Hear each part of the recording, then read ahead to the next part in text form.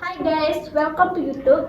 Dengan kami mahasiswa keperawatan kelas B semester 2, kami dari kelompok 3 akan mempresentasikan materi tentang pemeriksaan elektrolit plasma. Di mana sebelum itu kami akan memperkenalkan diri terlebih dahulu dengan saya Kade Ayu Mertadiani di samping saya. Saya Nita Yuliani. Dan di samping saya lagi. Saya Nurul Adha. Dan yang cowok. Saya Muhammad Haikal Azki Firdan. Nah, untuk itu akan dilanjutkan dengan materi. Baik, di sini saya akan menjelaskan materi terlebih dahulu sebelum saya menjelaskan tentang pemeriksaan elektrolit plasma. Jadi, kita harus mengetahui apa itu elektrolit. Elektrolit merupakan substansi yang berdiasosiasi atau terpisah di dalam larutan dan akan menghantarkan arus listrik. Elektrolit berdiosi menjadi ion positif dan negatif dan diukur dengan kapasitasnya untuk saling berkaitan satu sama lain atau berat molekul dan gram.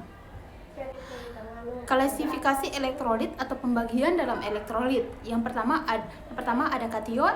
Kation adalah ion-ion membentuk muatan positif dan larutan. Kation ekstraseluler adalah natrium Na+, sedangkan kation intraseluler utama adalah natrium K+. Yang kedua ada anion. Ion-ion yang membentuk muatan negatif dalam larutan. Anion ekstraseluler utama dalam klorida. Utama dalam klorida C, sedangkan anion ekstraseluler utama dalam ion fosfat PO43-. Apa itu plasma? Sebelum itu saya akan menjelaskan apa itu plasma. Jadi pengertian plasma di mana plasma didapatkan dari darah segar yang dicampur dengan antikoagulan untuk mencegah terjadinya pembekuan darah. Kemudian distentrifugasi, maka cairan darah yang berada di atas sel eritrosit. Sebelum itu kita akan mengenal apa itu darah. Darah, kalian bisa baca di atas. Darah adalah cairan yang ada pada manusia sebagai alat transportasi, berfungsi untuk mengirimkan zat-zat oksigen yang dibutuhkan oleh jaringan tubuh, mengangkut bahan-bahan kimia hasil metabolisme, dan juga sebagai pertahanan tubuh terhadap virus dan bakteri.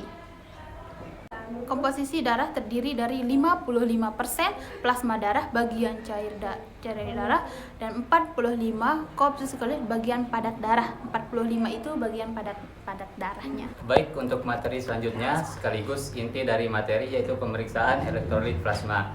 Sebelum itu, mari kita kenal apa itu antikoagulan. Antikoagulan adalah zat yang digunakan untuk mencegah proses penggumpalan darah dengan cara mengikat kalsium atau dengan cara menghambat pembentukan trombelin yang diperlukan untuk mengkonversi fibrinogen menjadi fibrin dalam proses pembekuan darah seperti pada gambar di samping.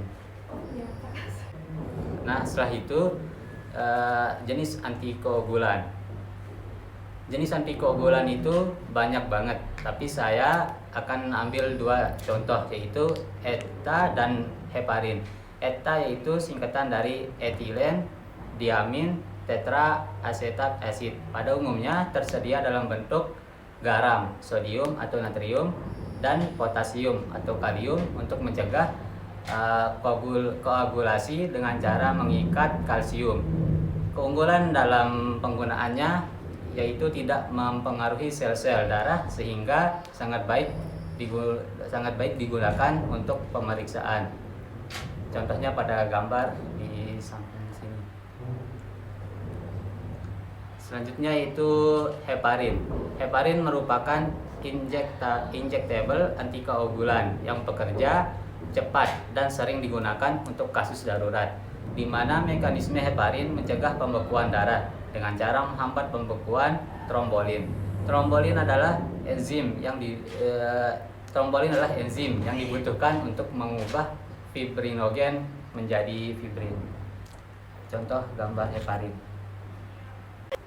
Pemeriksaan elektrolit plasma. Metode pemeriksaannya yang pertama yaitu metode flame emission spectrometry, yang kedua metode potentiometer dengan menggunakan ion selective electrodes atau disingkat dengan ISE, Yang ketiga yaitu metode potensiometer dengan menggunakan biosensor. Metode spektrofometri adalah metode pengukuran berdasarkan perubahan warna atau terjadinya kekeruhan adalah proporsional dengan elektrolit yang kita ukur. Metode ISA adalah metode yang sering digunakan karena mempunyai akurasi yang baik dan program pemantapan mutu yang baik.